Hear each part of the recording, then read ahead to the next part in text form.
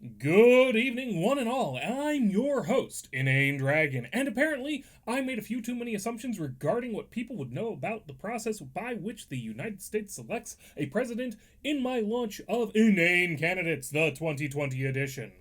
One fellow really wanted to emphasize just how wrong I am by denying that states have significant influence on federal elections. Apparently, he conflates federal elections with the Electoral College and thinks I said states dictate how the Electoral College functions. He never could explain why we couldn't use a ranked choice vote in each state's federal election to select electors, which was my point. I not once suggested trying to replace the Electoral College. I said that states control a lot of the elements of federal elections.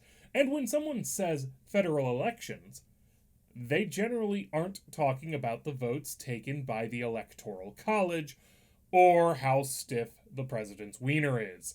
When someone, even the federal government, uses the term federal elections, they are generally referring to the election of congressmen, senators, and the general election for the president by popular vote. Oversimplification that last phrase may be, and it's that oversimplification that we've got to talk about.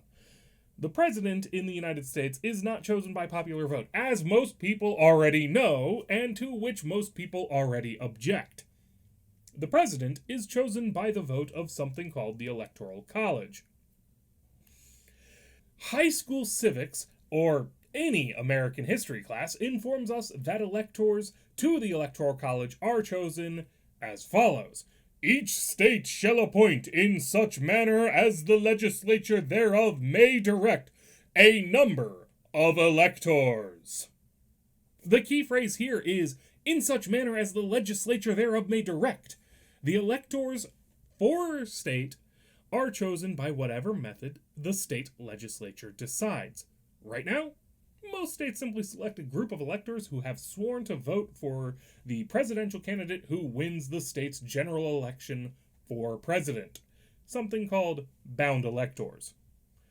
Which means that the state could decide to use ranked choice voting to choose electors. In fact, while researching this video, I discovered that Maine will be the first state of our union to select electors using a ranked choice vote this year, 2020, November. It's happening.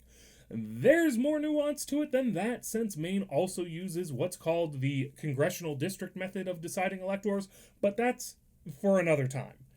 As an alternative to ranked choice voting, many states are signing up to what's called the National Popular Vote Initiative, which would grant their electors to whomever won the national popular vote, regardless of how citizens within that state voted.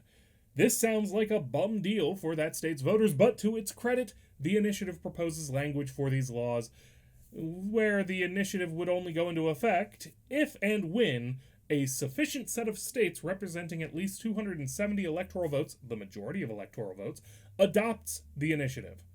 Which means that the National Popular Vote Initiative would only go into effect when it would essentially overwhelm the Electoral College regardless, without requiring any constitutional amendment.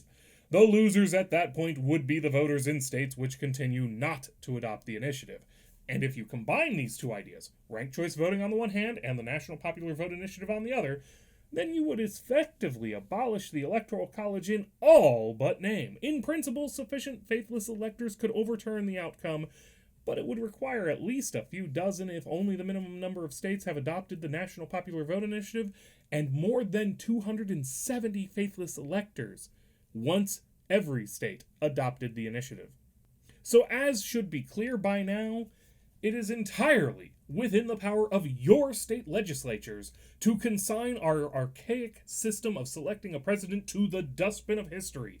Ranked choice voting done properly would render more parties viable, giving more sectors of our society a genuine voice in politics. How? By making third-party and independent presidential candidates able to at least show up in the rankings. It makes their parties and ideas more visible, which has the knock-on effect of making their down-ballot candidates more viable. Further, when people have access to ranked choice voting for the president, you bet your ass they will push for the same in other elections. And, provided they adhere to the limitations intended to ensure a fair and equitable access to the ballot, states are largely allowed to decide how the election of congressmen and senators are conducted as well. So, my fellow Americans, do you want to maintain the morose of bad candidates in the pockets of special interests, or do you want to join me in advocating for a genuine voice for everyone?